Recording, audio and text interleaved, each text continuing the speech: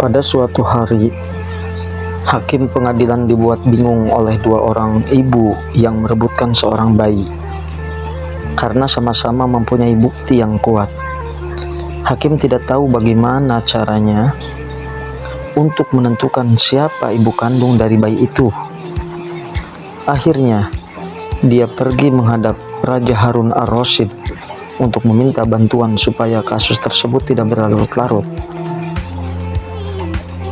Raja kemudian turun tangan untuk menyelesaikan masalah tersebut, namun dia malah dibuat putus asa karenanya.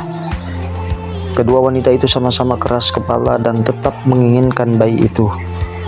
Kemudian Raja memanggil Abu Nawas ke istana. Setelah mengetahui duduk permasalahannya, dia mencari cara agar nasib bayi itu tidak terlunta-lunta dan bisa bersama lagi dengan ibu kandungnya.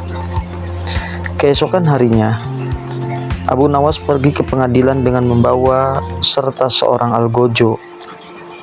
Abu Nawas menyuruh meletakkan bayi yang diperebutkan itu di atas sebuah meja. "Apa yang akan kau lakukan pada bayi itu?" tanya kedua ibu yang saling berebut itu bersamaan. "Sebelum menjawab pertanyaan kalian, saya akan bertanya sekali lagi. Adakah di antara kalian berdua yang bersedia menyerahkan bayi itu kepada ibunya yang asli?" kata Abu Nawas. "Tapi bayi ini adalah anakku," jawab kedua ibu itu serentak. "Baiklah kalau begitu. Karena kalian berdua sama-sama menginginkan bayi ini, dengan terpaksa saya akan membelah bayi ini menjadi dua," jawab Abu Nawas. Mendengar jawaban tersebut, perempuan pertama sangat bahagia dan langsung menyetujui usulan tersebut. Sementara itu, perempuan yang kedua menangis histeris dan memohon agar Abu Nawas tidak melakukan hal tersebut. "Tolong jangan belah bayi itu, serahkan saja dia pada wanita itu. Aku rela asalkan dia tetap hidup," isaknya. Puaslah Abu Nawas ketika mendengar jawaban itu. Akhirnya dia tahu siapa ibu dari bayi itu yang sebenarnya. Lalu dia menyerahkan sang bayi pada perempuan kedua yang merupakan ibu kandungnya.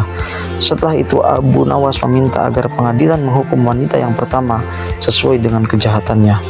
Hal ini dikarenakan tidak ada seorang ibu yang tega melihat anaknya dibunuh, apalagi di hadapannya sendiri.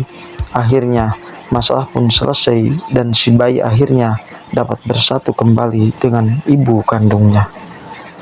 Demikian cerita Abu Nawas.